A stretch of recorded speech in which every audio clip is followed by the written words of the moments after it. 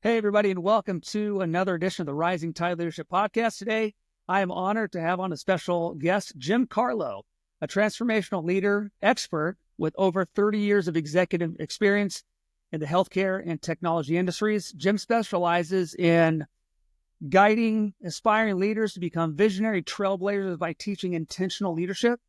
He's also the author of The 6 Pillars of Effective Leadership, a roadmap to success, which lays out these key attributes. In addition to his book, Jim is launching the Leaders Roadmap podcast in 2025, where he'll engage with industry leaders. Beyond his professional accomplishments, Jim holds a psychology degree from Seton Hall University and has a remarkable track record in building high-performance teams, revitalizing struggling portfolios, and leading successful mergers and acquisitions. His leadership philosophy is also shaped by his personal experiences, including overcoming family tragedy, which has given him a unique perspective on resilience and leadership. Jim, welcome to the show. Mo, thank you for having me. I'm excited to be here today. Yes, sir. In your book, The 6 Pillars of Effective Leadership, it lays out a roadmap to leadership success. Can you give us an overview of these 6 pillars and why they're so essential? I'd be glad to. One of the things that I've been blessed with is I happen to have worked for some great leaders during my career. They were mentors, they were leaders, they became personal friends. And when I started mentoring about 25 years ago, I noticed that a lot of people that came to me for advice and for assistance, they knew how to read a financial statement, but they didn't really understand how to deal with people. And so as I started down mentoring other people, I started to see this trend continue that a lot of people struggled, and they worked for corporations that had training programs, but those training programs taught them how to use PowerPoint or how to sell a product or how to do something specific. It really didn't tell them about the personal human interactions. And so I started to develop what I felt were the key characteristics of a successful leader. They also happen to be a lot of the things that my leadership style is built upon. And I always measure my success by how many people who used to at one point work for me or work with me, who remain in contact with me, or who on Boss's Day still send me an email saying, Happy Boss's Day, boss. And they never forget that. And that's what really makes me excited, is when I know I've had an impact on somebody's life. And so these 6 pillars, I think if people can master, they will have high producing teams.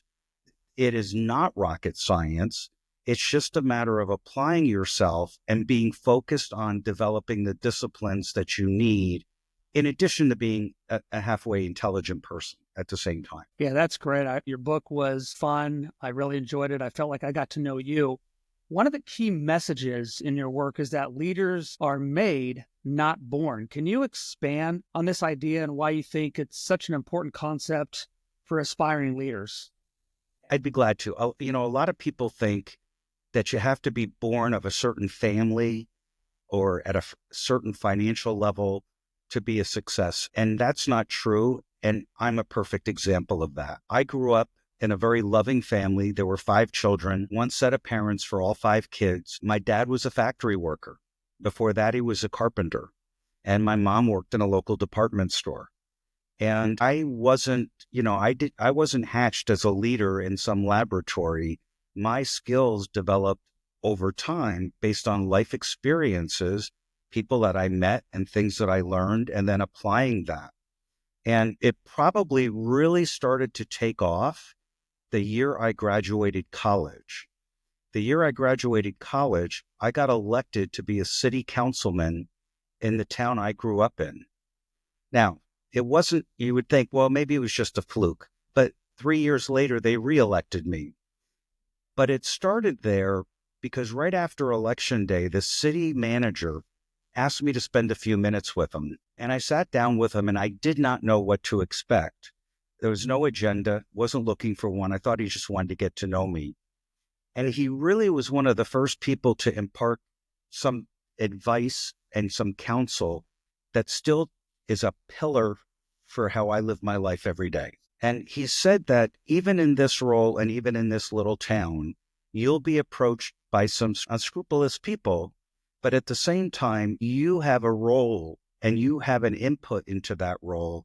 And I only want you to think of one thing. And he said, every night when you put your head on your pillow, I want you to ask yourself this question. Did I do anything today for my own personal benefit or my own personal financial reward that was at the detriment of any other individual? Mm. And I had to think about that for a second, not too long, but I said, that's a really good question. And especially before you put your head down on the pillow to try to go to sleep. Because if you're like me, that would gnaw at my brain all night and keep me awake. And that to me is integrity. And to me, the integrity pillar is non-negotiable. A leader has to walk that line 24/7. And leaders who are unsuccessful can't master the integrity piece, because with integrity comes trust. You're not going to have a committed, high-producing team if you don't have trust. I often compare this to people in the military. If you're an infantryman in the Army or a woman, you're taught to follow your leader, and your leader has your back. Same thing goes in business. Your leader has your back. And being able to believe in that leader and be able to follow in that leader, you'll learn a lot of things that you should do right, how to do them right, and will be successful at it. So my whole leadership model goes all the way back to the age of 22 and probably a little before that. But the reality is, to me, integrity is non-negotiable, and it's the foundational pillar that every other pillar sits upon. Integrity being one of the core leadership qualities that you emphasize, how do leaders develop and maintain integrity, especially when faced with tough decisions? That is always a tough one to answer, but my answer to that is to reflect upon situations that are as similar as that as possible and understand that the decision that you're going to make will have an impact on some lives. And as long as you can do everything in your power to ensure safety or help or assistance to those individuals, you'll be successful. I've had some challenging times in my career, and I'll tell you a story of one, and it has to do with empathy. For nearly a decade, I worked for Ross Perot at Perot Systems. And so a lot of your listeners on the younger side may not know who Ross Perot is, but he was an amazing man and an amazing leader, and I could tell countless stories about his leadership. But when I worked at Perot Systems, I was responsible for several teams within the organization. One team was a team of developers, support people, and account management people who were managing a segment of the healthcare business with technology that was built in the late 80s and early 90s, and this was after the year 2000. And that piece of technology was going to be sunset. It was being replaced with newer technology that was faster, better, more efficient, and did a better job. So I sat back and I thought, how do I approach this with the team? Because I need this team because we have customers to support. So I went to the team and I told them the dilemma that we had, that over the next couple of years, we're going to migrate customers to the newer platform. And as we reduce the number of customers we had to reduce the number of employees we had supporting that product because we wouldn't need them. But I made them 3 promises.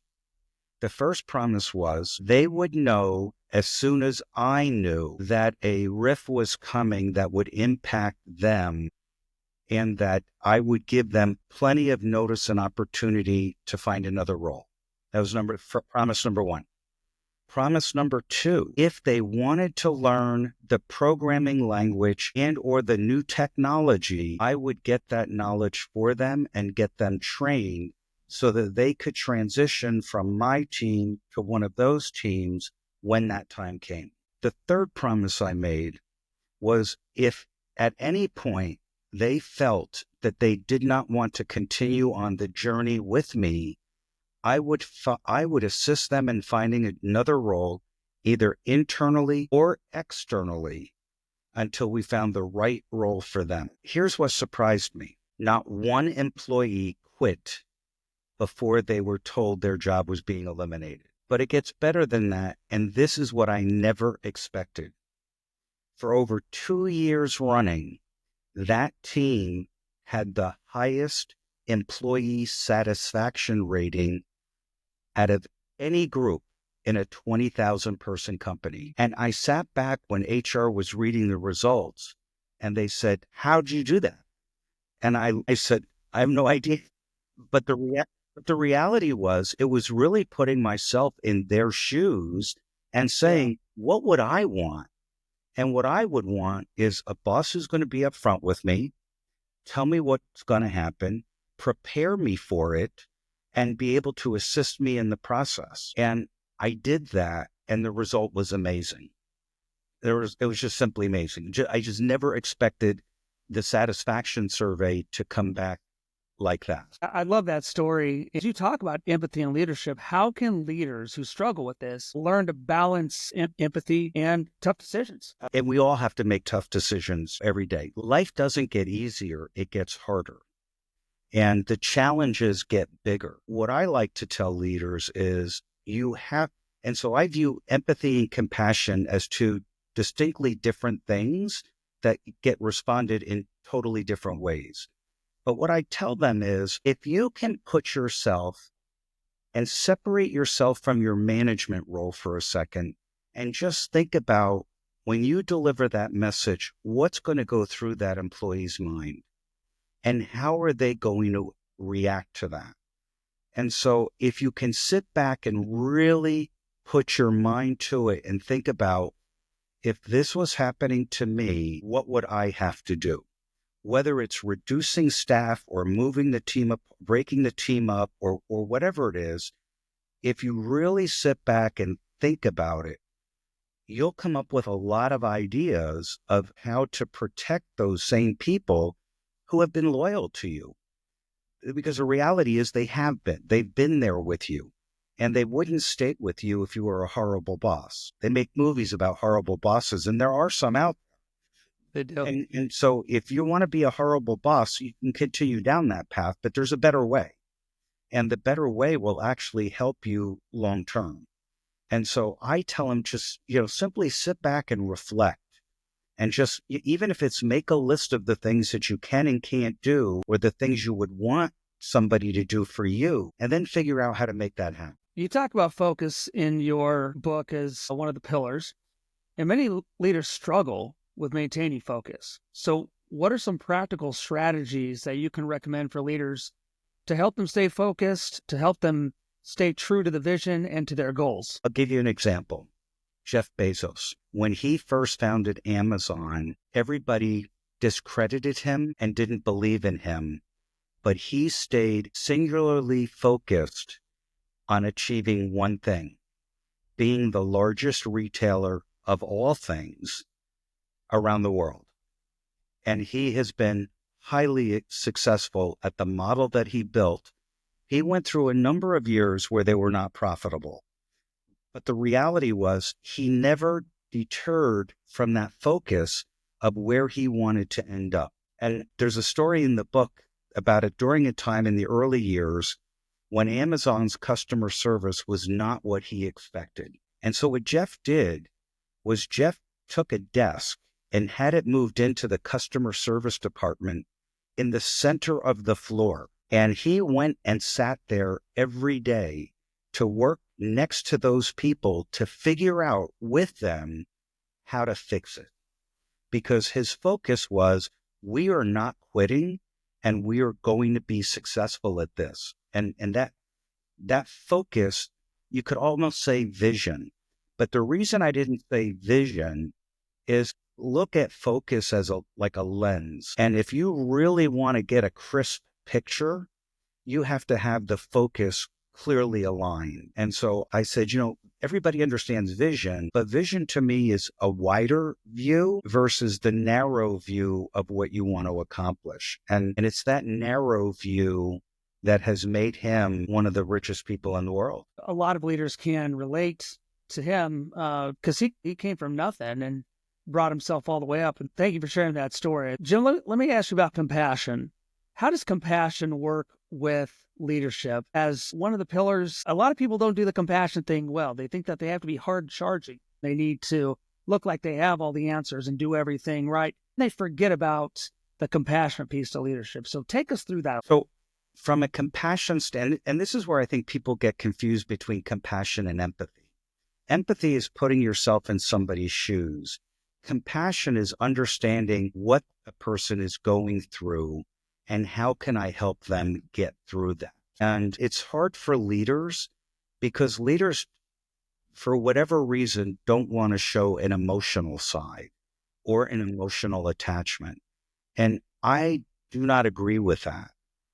To me, if there's something I can do, whether it is just listening or just offering counsel or advice or where I can help that person get to mentally, that person's going to be committed and that person is going to be thankful that you were able to help them.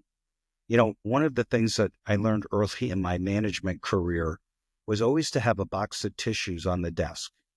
And it seemed so simple, but you never know when somebody's going to come in and have a meltdown, male or female. And that box of tissues always came in handy for when someone came in because they were struggling with something in their life, business or professional, that they just couldn't get around, and it was preventing them from being successful, even if it was only short-lived or short-term. And so from a leader's perspective, A, you have to be able to be approachable to your team, and B, you have to be able to be a good listener to really understand what they're going through so that you can help them. Just sending them to HR to me, is not really sufficient. It may be the right thing to do, but an HR person doesn't know that individual like you do. And you're in a position where you're not circumventing HR, but you can help with HR to get that person directed on the right path. I don't think it's hard. It just, all of these pillars just take time to develop and it requires focus to get there. So to me, that's how I would handle compassion. What does empathetic leadership look like to you, and how has that shaped your leadership and growing other leaders? So empathy, I'll give you an example. Howard Schultz of Starbucks. I'm not a coffee person, but okay. During the early time of COVID and even before COVID, when he went to the stores and interacted with employees, his employees were loyal, but they felt there was more in life that they weren't getting because the Starbucks chain didn't have those available, one of which was reimbursement for college costs. Another was health benefits.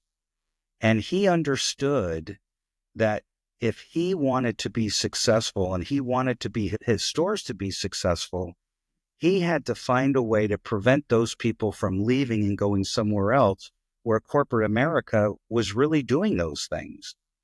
And what Schultz did was he turned around and he said, look, if you're a full-time employee, you're going to get health benefits. If you're a full-time employee, we're going to have a tuition reimbursement program. That created such loyalty from the people, because anytime you're helping them achieve something in their personal life, they're going to be more attracted to staying longer. I mean, and even growing up through the ranks. Whereas if I'm a barista and I'm just serving coffee and my parents continue to tell me because I'm 21 or 23 years old, I need to get a better job. I can't serve coffee my whole life. He would give that person the opportunity to become a manager, get further educated, and potentially could grow with the organization. So to me, it's an excellent way of someone showing empathy and how to use that to motivate the ranks.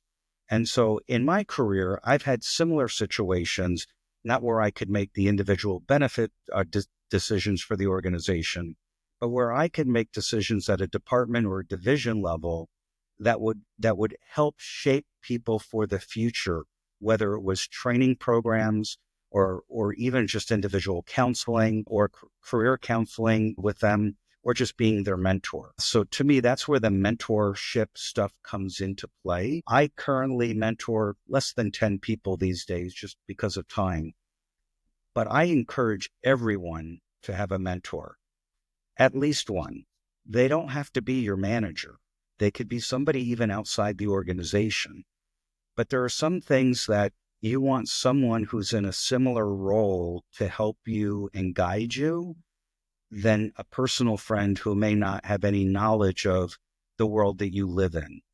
So I'm a firm believer, having been mentored by some great people, and now I give back doing that. I encourage everybody to do that. Be a mentor or be a mentoree, but have someone that you can work with, because you are going to have decisions to make. And having to be able to talk to someone who's been through something like that, they may not be able to tell you what to do, but they can help guide you to the right answer. My audience knows I'm huge on mentorship. Get mentored, be a mentor, don't go it alone, be a part of somebody else's growth process. You talk about stability as a key pillar. And in a fast changing world, for somebody leading a team, how do they create stability? I totally agree with that, Mo. I totally agree. If you think back to the pillar of focus, stability is not far off of focus. Stability is really being consistent in how you react and how you handle things.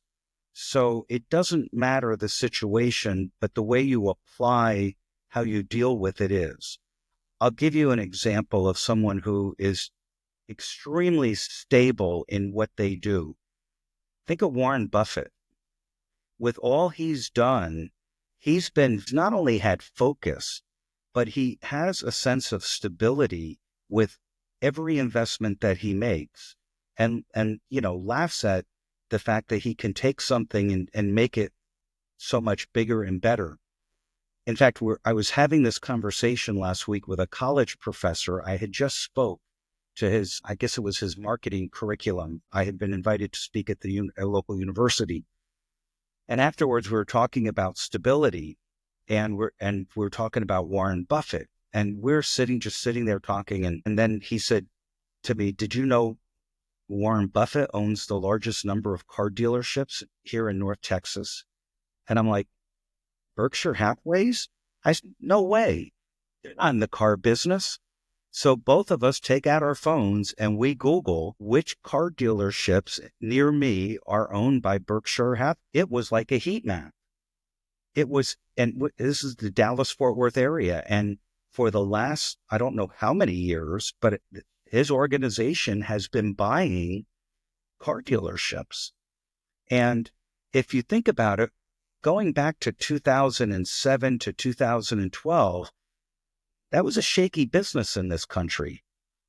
Yeah. Warren Buffett gets back in it after it starts to come back, projecting where it's going to go and the changes that are going to come. I mean, we've got the conversion to electric cars. We've got improvements on, the safety front. And he's betting in a big way for his organization. But I never saw that train coming. And you've got such great stories, and there's so many good stories in your book as well. I wanted to hit lastly, humor in leadership. I loved that chapter. If you wouldn't mind talking a little bit more about Perot systems and how humor can play a large part of a leader's team and in their own lives. And it's actually one of my favorite pillars. And I want to call out, I'm not suggesting everybody or that I or anyone should be a comedian. It's not about standing up and telling bathroom jokes for 3 hours at a staff meeting. It's about using humor, even self-deprecating humor, in a way to diffuse a situation. And a lot of times we get into, I'll call them tense situations with coworkers that are really struggling with an idea or making a decision, but they can't see the forest through the trees because they're too close to it. And so I'll use humor to diffuse it. And in the book, I tell a story about traveling with one of my managers, and we were running late. Flights were behind. We needed to grab lunch. We're traveling through Chicago O'Hare. And as we sat down, the Chili's had just opened, and this coworker said he needed to use the restroom. And he always ordered the same thing. He'd have a glass of iced tea with no sugar, and he would always order a chicken Caesar salad with dressing on the side. And so the waiter came by while this individual was gone. And I said, look, no matter what he orders, just tell him you don't have it. And he said, really? I said, really? And don't give in. What I didn't expect was this gentleman to be a graduate of Second City TV. And he pulled off the ultimate and had my coworker convinced. Well, as the story goes, he asked for the chicken Caesar salad and the young man said, we're out of it. And that started a dialogue of how can you be out of it? You just opened. And they're going back and forth, and I'm sitting trying to hold back my laughter. And Yeah. and the waiter's not losing his straight face. And he said, look, he finally says to the gentleman, he said, look, he said, I'm sorry we don't have it. We only get one chicken a day. And some pilot radioed in an hour ago and he got the chicken, which caused my friend to react even more harshly. What do you Right. mean you only get one chicken? And at that point, he and I both lost it. And then my Right. coworker looked at me and he knew at that very moment, he knew I had something to do with it. But Yeah. it diffused the situation of the airlines being late and we weren't going to get there and gave us something to laugh about, to pass the time, to then get on our plane and have a successful day. Anyway, so yes, that's a way of using humor in a stressful situation. Yeah, that's great. Jim, in your book, you differentiate between change management and managed change. Can you explain the difference and why it matters for leaders? So to me, managed change is someone coming to you and saying, you need to do the following with your department, and you just go and implement that, as opposed to being told, we need to find some efficiencies in your apartment. Where can we find them? And trusting you to go investigate and make that happen.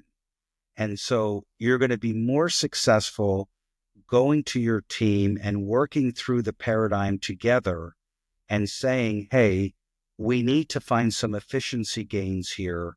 What is it that we can use? Like in today's society, can we use AI to do something? Can we, is there something we can do by contracting it out or and open it up to making it an opportunity for the team to figure it out together? And anytime that I've done that, you not only are changing the organization, but people are buying into the strategy of what's happening. Whereas, and so to me, that's change management. Going in and saying, Sue and Bill, you're not doing what you're doing yesterday, tomorrow. You're now going to go do these two things that they may not even be equipped to do. To me, that's managed change. And in my brain, there are significantly polar opposites. And I think the result that comes out of that would be polar opposite. On one hand, change management, you build much more loyal teams. Manage change, those people that you just segmented are not going to be there for long. They're going to lose interest and they're going to lack trust. The business world has changed a lot, even in the last few years. What's the biggest shift that you've seen? How do we deal with those leadership expectations? Well, that is a great question. I'm glad you asked that, because the world has really changed. And it's not just the last 4 years, but it's probably the last 20 years. If you go back to the 90s and the dot-com era, there were a lot of new entries to the whatever technology market there was that really didn't have a solution, but they were selling vapor. And as we got into the 2000s and we got out of that dilemma, people started focusing on being able to deliver true solutions that work. I can honestly say I've never worked for an organization and sold anything that wasn't fully developed or not ready to be used by a consumer or a corporation or whatever. But it existed. And I think out of that, people today are very, very worried about their job. And the one thing that people could be let go for selecting a wrong vendor for something because they either didn't fully investigate it or they were sold on features that didn't exist or something just wasn't right. And people can't risk that today. So what I try to teach salespeople today is you have to build the trust value. Your customer will buy from you if they trust you. If they don't trust you or think you're misleading them, they will not take the risk on you regardless of price. You could sell something that's more expensive if they can see the value and ROI, but only if they trust you. To me, I could write an entire book, maybe that'll be the next one, how to be a trusted advisor, because the world has changed and you need that trust factor. In fact, you need it with your employees just as much as you need it as your customers want it from you. And so any customer that I visit typically understands I am concerned about them. I do want them for the long haul, and I'll do whatever I can to solve whatever concerns that they have. And that's building trust. And that's when you become a stronger business partner and not a vendor. Patrick Lencioni, in his book, The Five Dysfunctions of a Team, says that that's the base. Trust is it. If you don't have trust, then you're going to lose. You might not lose today, but you're going to lose. You may win the fight, but you won't win the war. You are very experienced in high stakes business environments, and you've done mergers and acquisitions. What's one leadership lesson you've learned with those kind of transitions? The biggest thing is understanding the details. Mr. Perot always used to say, if you watch the pennies, the dollars will fall. And in any due diligence situation, or whether you're buying a car or buying a house, understanding and looking under the hood and making sure you ask every question that you could possibly ask. I was involved in an A activity and the company we were looking at was in the healthcare space. I won't give names. And when I was looking through their client files during due diligence, one client file had a newspaper article in it about the potential, about a customer who went to the local press about the organization, and they felt that they were misled. In going through the company's due diligence, I also discovered that they didn't have insurance for errors and omissions, which insurance to protect the business should something have been missold or not communicated or whatever. And it's getting into those details and finding those little things that to make it successful and find a way to both get the deal done and protect yourself at the same time. And so I actually love doing M&A work because I love picking through the details. You also by doing that, you can have a better plan of integration. When we did acquisitions at Perot, they had done so many over the years. They actually had, I called it the cookbook. We had certain actions we had to achieve and follow. Like there was always, you needed to find 10 to 15% savings in 90 days and make it happen to make the deal worthwhile. And so that meant consolidating data centers, consolidating things that are redundant, whether it be HR, payroll, et cetera, consolidating systems that are redundant. We were like the Marines. I mean, we would go in, make it happen. And the faster the transition, the happier the employees will be, because the longer a transition takes, the more concern somebody who's being transitioned will garnish in their mind. You have to settle those deals quickly and get on with the new organizational structure and the pathway that you're going down. Jim, building high-performance teams is one of your strengths. And so what's your approach to getting the best out of a team, especially in times of uncertainty? I'll give you another Mr. Perot-ism. Mr. Perot used to always say, I want you to hire winners. And if you can't find a winner, find somebody who hates to lose. And that's actually what I look for when I hire people. I will look for people who have the discipline to be able to dig in for the fight. I don't mean fight with management or whatever, but understands where you're trying to go, and has the energy and the potential to live up to that to get it done. There are a few types of people that I always typically give extra credit to in an interview. That's a former military person, naturally because they've given for the country, but more importantly, they have the discipline. And the second group would be college athletes who also come to the table with the same type of discipline. And those people are both participate in teamwork and collaboration. You don't have to teach them that. And that will go a long way towards their onboarding and long-term success. So I look for people with those backgrounds and look for people who hate to lose. Not that they always have to win, but that they just hate to lose. And they understand in those cases when they did lose, why they lost. And they'll always tell you what they did differently afterwards. And that's the key. If you can't learn from the mistakes that you make, and not that it's a mistake, or if you can't learn from something that you lost at, whether it's an individual deal or something, you can't correct the future. And so to me, that's an important factor in creating a high producing team. Yeah, one of my favorite Billy Bean quotes in the movie Moneyball is when he says, "I hate to lose, and I hate to lose more than I like to win." And there's a difference. As someone who's built a successful career and overcome a lot of personal hardships, what does resilience mean to you as a leader? Never giving up. And I don't think I've ever given up on anything. I certainly haven't given up on my family. I've been married 34 years, raised 3 kids. They're all off the payroll and off the cell phone bill. But